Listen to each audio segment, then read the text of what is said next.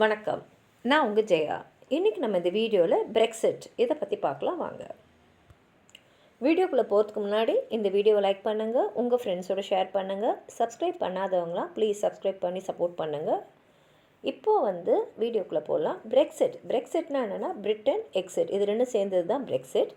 எங்கே இந்த Britain exit ஆனாங்கன்னா European யூனியன்லேருந்து அவங்க எக்ஸிட் ஆனாங்க. இதுக்கு நிறைய காரணங்கள். ஏன்னா பிரிட்டனில் பார்த்திங்கன்னா ரொம்ப நாளாகவே இந்த குளோபலைசேஷன், டீஇண்டஸ்ட்ரியலைசேஷன், அதாவது ஒரு இடத்துல இண்டஸ்ட்ரீஸ் இருந்திருக்கும், ஆனால் அந்த இண்டஸ்ட்ரீஸை இப்போ அவங்க நிறுத்தியிருப்பாங்க. அதே மாதிரி ஷிஃப்டிங் டெமோக்ராஃபிக்ஸ், அப்புறம் இந்த ஒர்க்கிங் கிளாஸ் கம்யூனிட்டி நாங்கள் தவிர்க்கப்படுறோம், எங்கள் தேவைகள் இங்கே பூர்த்தி செய்யப்படலை அப்படின்ற ஒரு மனநிலையை முன்னாடி வச்சது. அது மாத்திரம் இல்லாமல் அவங்களுக்கு செவரனிட்டி, முழு உரிமை, நம்ம நாட்டை பற்றின விஷயங்களில் நமக்கு தான் முழு உரிமை இருக்கணும் அப்படின்ற எண்ணம் மக்களுக்குள்ளே இருந்தது. அதே மாதிரி இமிக்ரேஷனை கண்ட்ரோல் பண்ணணும். எல்லா நாட்டில் இருந்தும் அவங்க இங்கே வந்துட்டு இருந்தாங்க. இயூவில் யாரெல்லாம் இருந்தாங்களோ அந்த நாட்டில் இருந்தவங்கெல்லாம் பிரிட்டனுக்குள்ளே வந்துட்டு இருந்தாங்க. இதுவும் அவங்களுக்கு பிடிக்கலை. அதனால் அந்த நேஷ்னல் சென்டிமெண்ட்டு எல்லாம் சேர்ந்து தான் யூஇ அளவுக்கு மீறி போகுது. அந்த யூஇ நம்ம நாட்டில் ஒரு கல்ச்சுரல் சேஞ்சு, அதுக்கப்புறம் நிறைய மாற்றங்கள் தான் வருது அப்படின்னு சொல்லிட்டு, பொருளாதாரம் கொஞ்சம் பாதிக்கப்பட்டாலும் பரவாயில்ல, இந்த இயு அதாவது யூரோப்பியன் யூனியன் வெளியில் வரணும் அப்படின்ற எண்ணத்தை மக்கள் முன்னெடுத்து வச்சாங்க. முக்கியமான காரணங்கள் பார்த்திங்கன்னா எக்கனாமிக் டிக்ளைன் அண்ட் இன்இக்வாலிட்டி, அதாவது பொருளாதாரத்தில் இருக்கக்கூடிய வீழ்ச்சியும், இன்இக்வாலிட்டினா எல்லாருக்குமே சமமாக இல்லை அப்படின்றது தான். இதுக்கு முக்கியமான காரணம் பார்த்திங்கன்னா நிறைய முக்கியமான இடத்துல இருந்த அந்த ஏரியாஸில் இருந்த டீஇண்டஸ்ட்ரியலைசேஷன், அங்கே இருந்த இண்டஸ்ட்ரீஸை அவங்க கலைச்சிது, ஸ்ட்ரோ கான்ட்ரண்ட் மாதிரி.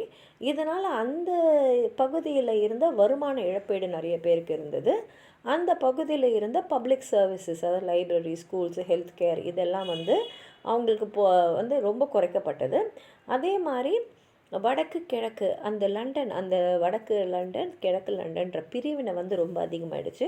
அதனால் மக்கள் நம்மளுடைய தேவைகள் ரொம்ப குறைச்சி மதிப்பிடுது, நமக்கு மரியாதையே இல்லை, நம்மளுடைய தேவைகள் பூர்த்தி செய்யப்படலைன்றதுனால எல்லாருமே இயூ விட்டு வெளியில் வந்துடலாம் அப்படின்றதுக்காக ஓட்டு போட ஆரம்பிச்சிட்டாங்க.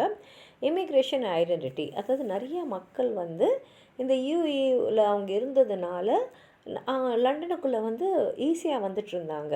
அதை 2004லேருந்து 2015 பார்த்திங்கன்னா அவ்வளோ பேர் வந்ததுனால அவங்களுக்கு கிடைக்க வேண்டியது, அதாவது நாட்டுக்குள்ளே ஏற்கனவே இருந்தவங்களுக்கு கிடைக்க வேண்டிய சர்வீசஸ்லாம் ரொம்ப கம்மியாயிடுச்சு.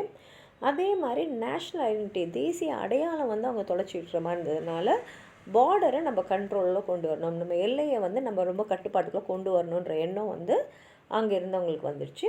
செவரனிட்டி அண்ட் கண்ட்ரோல், அதாவது முழு கண்ட்ரோல் நம்மக்கிட்ட தான் இருக்கணும்னு நினைக்க ஆரம்பிச்சிட்டாங்க. ஏன்னா இயூ ரொம்ப ரொம்ப பிரிட்டன் அஃபேர்ஸ்லலாம் அவங்க இன்டர்ஃபியர் பண்ணுறாங்க. ஒருவேளை யூகே இயூவுக்கு நிறைய பவர் கொடுத்துட்டாங்களோ, அதனால் அந்த பவரெல்லாம் திருப்பி எடு, சட்டமும் சரி எல்லையும் சரி அதெல்லாம் நம்ம கட்டுப்பாட்டில் தான் இருக்கணும், இதில் இயூ நுழையக்கூடாது, அதனால் இயூ விட்டு வெளியில் வந்துடு அப்படின்ற எண்ணம் நிறைய பேர்கிட்ட இருந்தது. ஜென்ரலேஷன் அண்டு கிளாஸ் டிவைட்ஸ், அதாவது ஓல்டு ஜெனரேஷன்ஸு, மூத்த குடிமக்களும் ஒர்க்கிங் கிளாஸ் ஓட்டர்ஸும் இந்த இயூ விட்டு வந்துடுன்னு அந்த லீவு விட்டுட்டு ஓட்டு போட்டுட்டு இருந்தாங்க. ஆனால் இளைஞர்களும் மற்றவங்களாம், அதாவது வெளிநாட்டிலேருந்து உள்ளே வந்தவங்களாம் இல்லை நம்ம இயூவிலே இருக்கலாம் அப்படின்னும் அவங்க சொல்லிகிட்டு இருந்தாங்க. ஹிஸ்டாரிக்கல் நரேட்டிவ்ஸ்ன்னு பார்த்திங்கன்னா முக்கியமாக பார்த்திங்கன்னா இங்கிலாண்டில் இருந்து அந்த மூத்த குடிமக்கள் ஆரம்ப கட்ட காலத்தில் இவங்க வெளிநாட்டோடைய இன்ஃப்ளூயன்ஸ் ரொம்ப தடுத்துருந்தாங்க. அதுவும் 17ஆம் நூற்றாண்டில் பார்த்திங்கன்னா அந்த கேத்தலிக் பவரில் வெளிநாட்டவர்கள் உள்ளே வரக்கூடாது அப்படின்ற ஒரு கட்டுப்பாடு இருந்தது. அந்த பிரிட்டனோட தனித்துவமான அடையாளத்தை இழந்துட்டுருக்க மாதிரி ஒரு எண்ணம் மக்களுக்கு நடுவில் வந்துடுச்சு. Political landscape and campaign rise of UKIP. யூகேஐபின்னா யூகே இண்டிபெண்டன்ஸ் பார்ட்டி.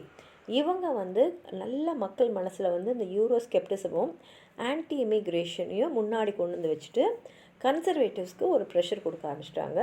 த ரெஃபரண்டம் ப்ராமிஸ், பிரைம் மினிஸ்டர் அந்த டேவிட் கேமரான் 2013 ரெஃபரண்டம் ப்ராமிஸ் பண்ணியிருந்தார். அவர் என்ன எதிர்பார்த்தாருன்னா, இப்படி பண்ணால் மக்கள் சரி இயூலேருந்து வெளியில் வர வேணாம், எல்லோரும் நம்ம அங்கேயே இருக்கலாம்னு ஓட் போடுவாங்கன்னு நினச்சாரு. ஆனால் அது அவர் எதிர்பார்த்ததுக்கு எதிர்மறையாக தான் ஆச்சு. இப்போ லீவ் வர்சஸ் ரிமைன் ஆர்குமெண்ட்ஸ் பார்த்திங்கன்னா எல்லாரும் என்ன சொன்னாங்கன்னா முழு கண்ட்ரோலும் நம்மக்கிட்ட தான் இருக்கணும். முக்கியமாக வந்து வெளிநாட்டிலேருந்து இங்கே வந்து இங்கேயே வந்து இருக்கிறவங்கள வந்து நம்ம வந்து குறைக்கணும்.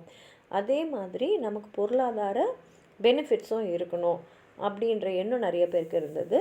அதனால் வந்து பார்த்திங்கன்னா அவங்க ஓட்டு மாதிரி எடுத்தாங்க, EU விட்டு வெளியில் வரணுமா இல்லையான்னு. ஆனால் நிறையா பேர் வந்து வெளியில் வரணும் தான். அவங்க வந்து பொருளாதாரத்தில் கொஞ்சம் தாக்கம் இருந்தாலும் வெளியில் வர்றது தான் பிரிட்டனுக்கு நல்லது அப்படின்னு சொன்னாங்க. அதாவது பிரெக்சிட்னு பார்த்திங்கன்னா அது ஒரு காம்ப்ளெக்ஸான கல்ச்சுரல் பொலிட்டிக்கல் மூமெண்ட்டுன்னு சொல்லலாம். ஏன்னா நீண்ட காலமாக சமுதாயத்தில் இருந்த நிறைய விஷயங்களை அது பிரதிபலிச்சுது. முக்கியமாக வந்து தேசிய அடையாளம் வந்து நம்மளை விட்டு போயிட்டுருக்கு. அதே மாதிரி நம்ம வந்து திரும்பி நம்ம பொருளாதாரத்தை மீட்டெடுக்கணும் அப்படின்ற எண்ணம் நிறைய இங்கிலீஷ் சிட்டிசன்ஸ் இருக்கிறதுனால அவங்க வந்து யூரோப்பியன் யூனியன் வெளியில் வரணும் அப்படின்றதுனால தான் அவங்க ஓட்டு போட்டாங்க. இதுக்கு மேலே ஏதாவது சொல்லணும்னு நினச்சிங்கன்னா கீழே இருக்கிற கமெண்ட் பாக்ஸில் எழுதுங்க. அது மற்றவங்களுக்கும் உபயோகமாக இருக்கும். நன்றி.